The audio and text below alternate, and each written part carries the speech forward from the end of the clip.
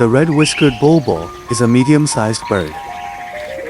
Its long, black crest atop its head gives it a distinctive look, often referred to as its high topknot.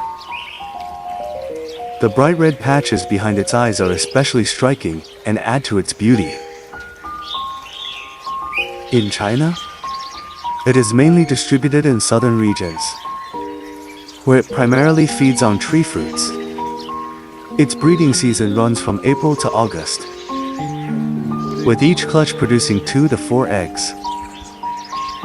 The red-whiskered bulbul is widely distributed in the south and is loved for its attractive appearance and melodious calls.